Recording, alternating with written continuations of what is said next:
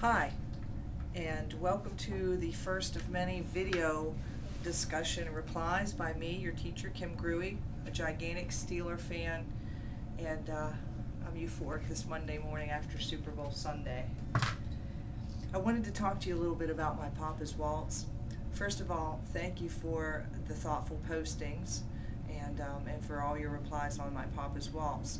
I like how you interact with each other on that discussion board, but one thing I would like to see a lot more of, and in the future it's going to translate into points, is I want to see more specific support and details for your answers. A lot of people wrote back to each other and said, boy, I never thought of it that way, good job. Or, yes, I agree with what he said. But you don't explain why. Sometimes you say, wow, you made me change my mind. You need to explain why. Let me say a few things about my Papa's Waltz.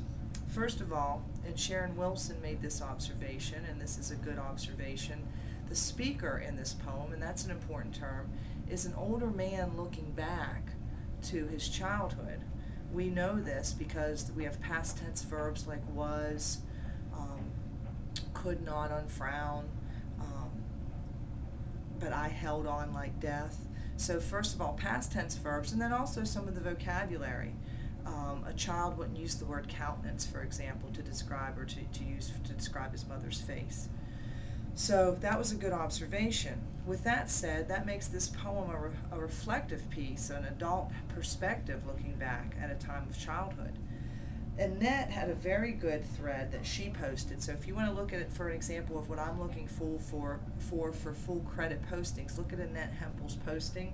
She highlighted some of the words she thought had negative connotations in red. That was a really good thread.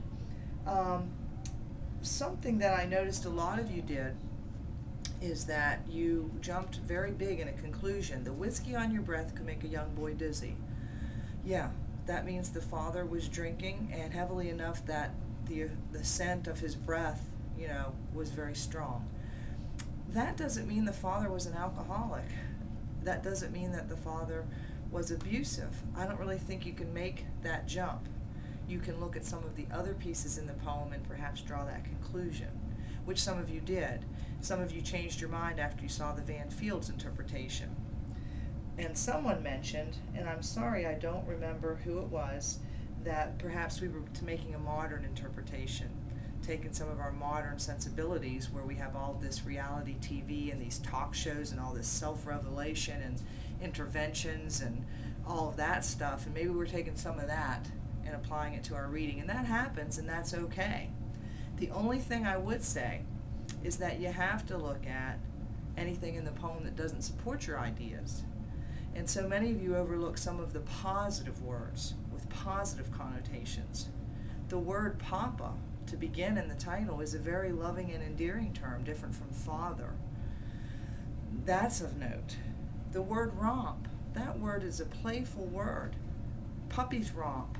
Babies wear rompers. There was a show called Romper Room. So romp is definitely playful, not tension or tense-filled. So those kind of things. I like Christine Fly's thread where she talked about the father's stoicism, but again, that thread would need more details from the poem to support. So overall, I thought for a first discussion board that you did a good job. You were very thoughtful, you were very respectful to each other. But just remember, any interpretation is acceptable as long as two things. One, you support what you say with plenty of specific details from the text, and two, you account for anything else there that doesn't support your interpretation.